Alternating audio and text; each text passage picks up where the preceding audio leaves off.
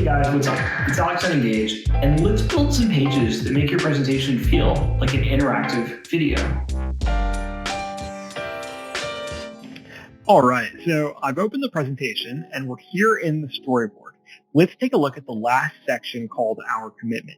Now, the idea is that each of these pages has a video in the background with a little bit more information layered on top of the video. And so when you swipe through them, they'll all just feel like an interactive video that you're controlling the pace of. Here's the first page of the section. This one really tees up the entire section and just kind of acts as a way to introduce the rest of the content.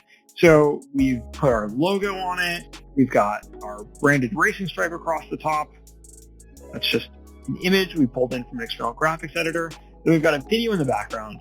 And to make the video feel a little bit more on brand and a little more backgroundy, we've actually just gone ahead and put a rectangle on top of it with a 50% opacity.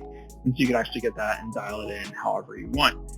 This other rectangle uses a blur fill, and you can see we're using the dark version of the blur there. And the video is just scaled up so that it goes all the way off the edges of the screen, and we have it cropped in just the right spot. An important detail to make sure you don't have any background audio is to just make sure you turn off the mute button and full screen button when you're using a video in the background of your page for atmosphere.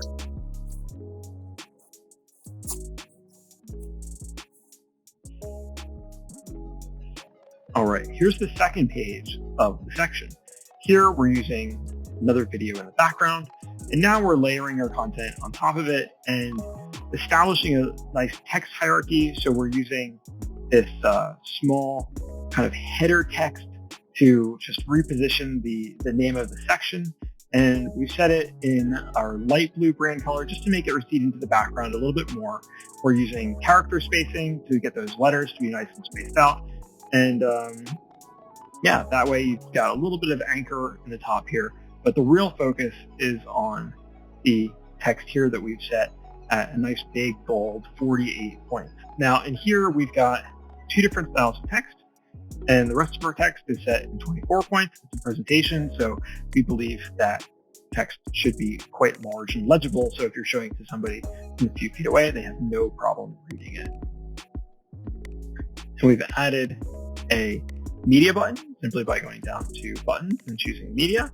And in here, you'll see that we have a picture of the bike shop from, its inception back in 1969. We're mirroring that header text down here using the header style, which is available inside pop-ups.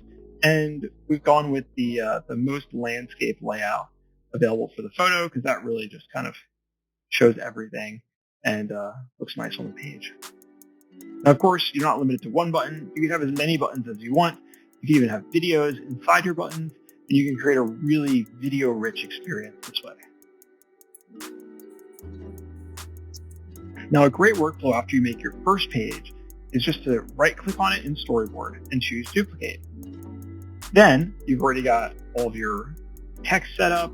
You've got your logo in the exact same spot. If you have any graphic elements, those are in there and ready to go. So let's take a look at what we did with the second page in the section. One thing that's important is to vary your layout while maintaining consistency. This way, as you're swiping through the page, people have to avert their attention from one side of the page to the other. So on the last page, we had text on the left. Now we're putting text on the right. Here, we've introduced some graphical elements to try and reinforce these concepts without just listing them out as bullets. And these are graphics that I developed in an external graphics editor. I like to use Sketch, and we've put them on top of circle elements here inside Ingage, and you can just use the smart guides to get them to be lined up. Again, video in the background, make sure the audio is off and scale it way up. One tip I have for video is if you take 2 or 3 clips and edit them together, that way you don't end up with a page that just has a looping video on it where every 6 seconds it feels like it's coming back. And if you've ever seen Max Headroom, you know that's a bad experience.